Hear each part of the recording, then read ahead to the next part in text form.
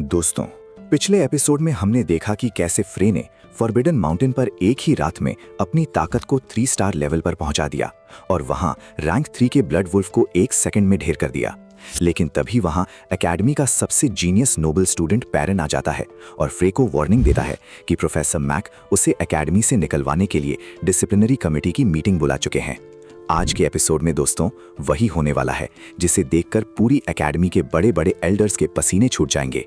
क्या एक 17 साल का लड़का पूरे एकेडमी मैनेजमेंट के सामने खड़ा होकर उन्हें कांपने पर मजबूर कर देगा? वीडियो बहुत ही ज्यादा एपिक होने वाली है, तो एंड तक जरूर बने रहना। फॉरबिडन माउंटेन के उस घने जंगल में पेरेन की बात सुनकर फ्रे के चेहरे पर एक हल्के से घमंड वाली मुस्कान आई। उसने पेरेन की तरफ देखा और ठंडी आवाज में कहा, तो प्रोफेसर मैक ने मेरे लिए कमेटी बुलाई है। दिलचस्प है, मुझे लगा था क्लास के बाद वो अपनी औकात समझ गए होंगे, पर लगता है उन्हें अपनी बेइज्जती करवाने का कुछ ज्यादा ही शौक है। पेरेन ने फ्रे के इस अजीब कॉन्फिडेंस को देखा तो वो अंदर से थोड़ा हैरान हुआ। उसने कहा, फ्रे, तुम शायद सिचुएशन की ग्रेविटी को नहीं समझ रहे हो।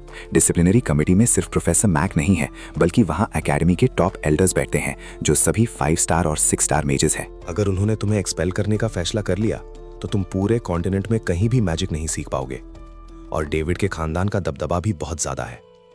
फ्रे ने चलना शुरू किया और पेरान के पास से निकलते हुए बोला, उनका लेवल क्या है इससे मुझे कोई फर्क नहीं पड़ता। अगर तुम मेरे मैजिक कंप्रेशन टेक्निक को सीखना चाहते हो तो मेरे साथ चलो और देखो कि असली मैजिक और सच्ची ताकत किसे कहते हैं। पेरान ने कुछ देर सोचा और फिर वो भी फ्रे के पीछे पीछे एकेडमी की तरफ चल दिया। वो देखना चाहता था कि इस लड़के के पास आखिर ऐसी कौन सी ताकत है जो इसे इतना निडर बना रही है। अगले ही घंटे वेस्टवुड एकेडमी के मेन हॉल में डिसिप्लिनरी कमेटी की मीटिंग शुरू हो चुकी थी। एक बड़े से राउंड टेबल पर एकेडमी के 5 बड़े एल्डर्स बैठे थे और उनके सामने प्रोफेसर मैक गुस्से में खड़े थे। डेविड भी वहां एक चेयर पर बैठा था जिसके पेट पर पट्टी बंधी हुई थी और वो लगातार रोने का नाटक कर रहा था। प्रोफेसर मैक ने गुस्से में चिल्लाते हुए कमेटी के सामने कहा, एल्डर्स, फ्रे ब्लेक इस एकेडमी के लिए एक धब्बा है। उसके पास ना तो कोई मैजिक टैलेंट है और ना ही कोई मैनर्स। उसने पहले क्लास में मेरा अपमान किया और फिर बाद में घटिया तरीके से नोबल खानदान के डेविड पर जानलेवा हमला किया। अगर आज हमने उसे एक्सपेल नहीं किया तो एकेडमी की रेप्यूटेशन पूरी तरह मिट्टी में मिल जाएगी। एल्डर्स ने आपस में बातचीत की। उनमें से सबसे सीनियर एल्डर ने अपना सिर हिलाया और कहा, हाँ, एक 0 लेवल स्टूडेंट का ऐसा बर्ताव बर्दाश्त नहीं किया जाएगा। हम अभी उसकी एक्सपल्शन का नोटिस। अभी उनकी बात पूरी भी नहीं हुई थी कि हॉल का भारी लकड़ी का दरवाजा एक झटके में खुल गया। सन्नाटे को चीरते हुए फ्रे अंदर दाखिल हुआ। उसके चलने की आवाज पूरे हॉल में गूंज रही थी। उसके पीछे पीछे पेरन भी अंदर आया। पेरन को देखते ही सारे एल्डर्स के चेहरे बदल गए, क्योंकि पेरन उस किंगडम के सबसे अमीर और पावरफुल नोबल परिवार से था। सीनियर एल्डर ने हैरानी से पूछा, पेरन, तुम यहाँ क्या कर रहे हो? ये मीटिंग इस कचरे के एक्सपल्शन के लिए है। पेरन ने आगे बढ़कर बाव किया और बहुत ही शांति से कहा, एल्डर्स, मैं यहाँ इस केस का चश्मदीद गवाह बनकर आया हूँ। डेविड पर कोई हमला नहीं हुआ था। डेविड ने खुद जंगल के पास फ्रे पर पहले अटैक किया था और फ्रे ने सिर्फ अपने सेल्फ डिफेंस में मैजिक का यूज किया। एकेडमी के रूल्स के मुताबिक सेल्फ डिफेंस में किया गया अटैक कोई क्राइम नहीं होता। प्रोफेसर मैक ने गुस्से में पेरन की तरफ देखा और चिल्लाए, पेरन, तुम इस यूजलेस लड़के का साथ देकर अपने खानदान का नाम खराब कर रहे हो। इसने एक नोबल पर हाथ उठाया है। फ्रे ने तभी एक कदम आगे बढ़ाया। उसकी ग्रीन प्रेडेटर जैसी आंखें प्रोफेसर मैक पर जाकर टिक गईं।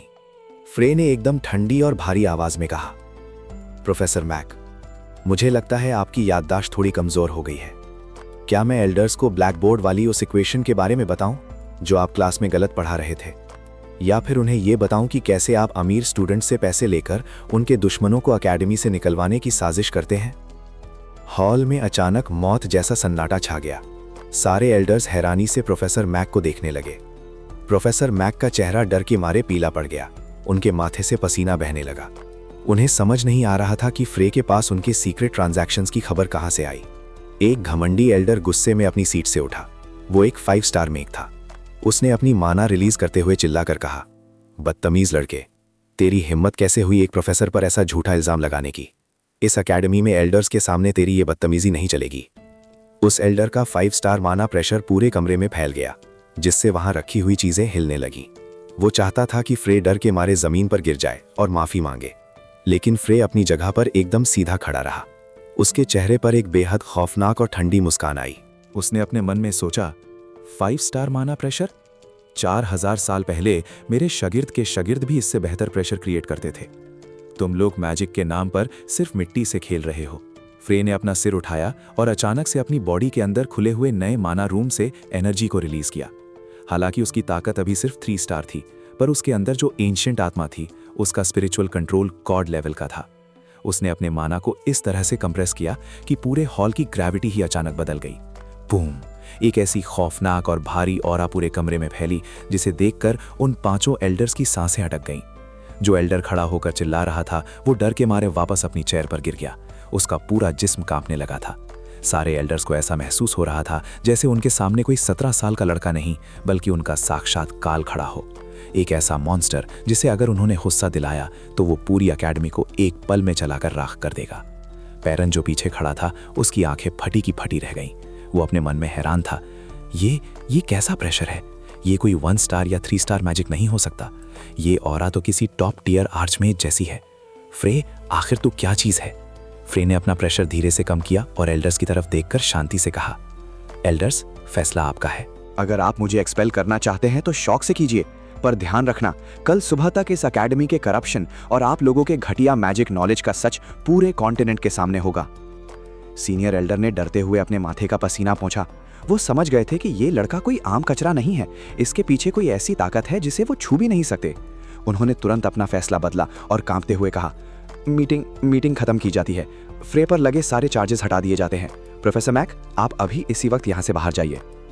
डेविड और प्रोफेसर मैक डर के मारे बिना एक शब्द बोले वहां से भाग निकले। फ्रे ने एल्डर्स को एक आखिरी ठंडी लुक दी और चुपचाप हॉल से बाहर निकल गया। आज उसने बिना एक भी स्पेल कास्ट किए अकेडमी के सबसे बड़े लीडर्स को उनकी औकात दिखा दी थी। हॉल से बाहर आकर पैरन ने फ्रे को रोका और हाँफते हुए कहा, फ्रे, तुमने जो अभी अंदर किया वो नामुमकिन था। तुमने उन एल्डर्स को डर से कांपने पर मजबूर कर दिया। मैं अपना वादा पूरा करूंगा। मेरा खानदान अब से तुम्हारा एलाय है, पर मुझे वो मैजिक सीखना है। फ्रे ने पैरन की तरफ देखा और कहा, ठीक है, कल से तुम्हारी ट्रेनिंग शुरू होगी, पर याद रखना अगर तुमने मेरा साथ छोड़ा तो अंजाम तुमने अंदर देख ही लिया है। तो दोस्तों, ये था हमारी इस एपिक सीरीज का एपिसोड 4। फ्रे ने पूरे अकेडमी के एल्डर्स का सिस्टम एक ही झटके में हिलाकर रख दिया है। पेरन अब फ्रे का नया साथी बन चुका है। लेकिन कहानी में अब एक नया मोड़ आने वाला है, क्योंकि अगले एपिसोड में एंट्री होने वाली है एक ऐसी फायर मेज की जिसका गुस्सा आग से भी तेज है, यानी इज़ाबेल। और फ्रे का अगला डेंजरस मिशन क्या होने वाला है, ये सब हम देखेंगे अगले एपिसोड में। अगर वीडियो पसंद आई हो तो अभी के अभी लाइक ठोको और चैनल को सब्सक्राइब जरूर कर लेना।